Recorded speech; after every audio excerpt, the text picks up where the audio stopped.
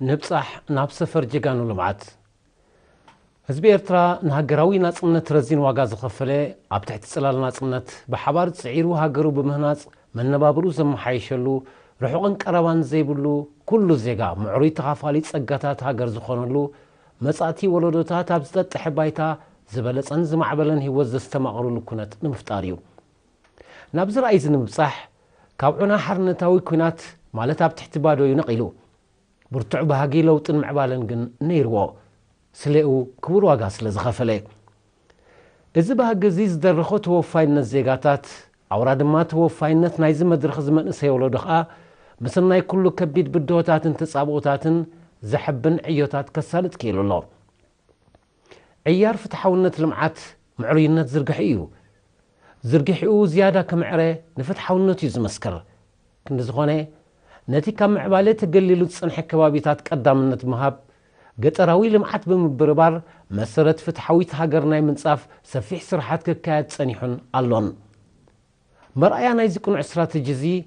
ኣብ ውሱን ቦታ ዝውጠም ርሻናት ኣይኮነን እንታይ ደኣ እቲ ኣብ ኩሉ ኩርናዓት ሃገር ኣውራ ድማ ኣብ ርሑቕ ገጠራት ዝስረት ዘሎ ትሕቲ ቅርጽን ማሕበራዊ ኣገልግሎትን ንሱ ኣብ ዓይነት ህይወት ዘምጾ ዘሎ ለውጥን እዩ ኤርትራ ተመዝግቦ ዘላ ገስጋስ ብልክዕ ከረጋግጽ ዝደሊ ቅኑዕ ገምጋሚ ወይ ድማ ብነፍሰ ፍትወት ካብ ጻዕሪ ህንጸት ሃገር ኣግሊሉ ማዕዶ ዝሰፈረ ኣብኡን ቅንጣብ ኣበርክቶ ዘይብሉ ተዓዛብ እምበኣር ብዛዕባ ኤርትራ ኣብ ወረቐት ወይ ኣብ መርበባት ሓበሬታ ዝውቀጥ ኣሃዛት ዕብየት ምጽባይ የድልዮን ሙሉእ ስእሊ ስለ ዘይህብ ኣብ ክንዱ ኣብ ባይታ ብዓይኑ ክዕዘብ ኣብ ከተማታት ዘይኮነ ውፅእ ኢሉ ንፋስ ገጠራት እናስተማቐረ ኣብ ቦታ ልምዓታዊ ፕሮጀክትታት ክበጽሕ የድልዮ ኣብኡ ብኹሎም ህዋሳት ዝርአ ዝድህሰስ ዝስማዕ ዝሽተት ዝስተማቐር ሰፊሕ ማእቶታዊ ስራሕን ጉልህ ለውጥን ኣሎ ዘመናውያን ማሽነሪታት ዝወናጨፋሉ ስትራቴጂያውያን ሓጽብታት ናይ ምህናጽ በብዓይነቱ ትሕቲ ቅርጽታት ናይ ምውዳድ ኣደናቒ ስራሕ ኣብኡ ኣሎ ኣበይ ዓድታቱ ዝተዘርግሑ ትካላት ትምህርትን ጥዕናን ንቑጣታት መዕደሊ ማይ ኣገልግሎት መጓዓዝያን መራኸቢታትን ኣብ ህይወት ህዝቢ ዘምጽእዎ መሰረታዊ ለውጢ ርኢኻ እተዓግበሉ ኩነት ኣብኡ ኣሎ ዓበይቲ ልምዓታዊ ፕሮጀክትታት ፈጢሮሞ ዘለዉ ናይ ስራሕ ዕድላት ብቐረባ ምዕዛብ ዝከኣል እውን ኣብኡ እዩ ርእሲ ኩሉ ድማ እቶም ብልዑል ንቕሓት ቅድሚ ውልቃዊ ረብሓ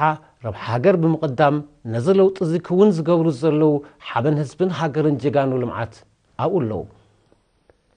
ነዊሕ ኣብ ዘይኮነ ግዜ ዝኽሰት ብሩህ መጻኢ ኤርትራ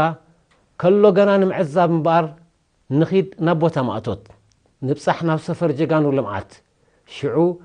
ኣማን ብኣማን ኢልና ብዕላማና ክንሕበን ብፍረ ጻዕሪ ጀጋኑና ክንዓግብ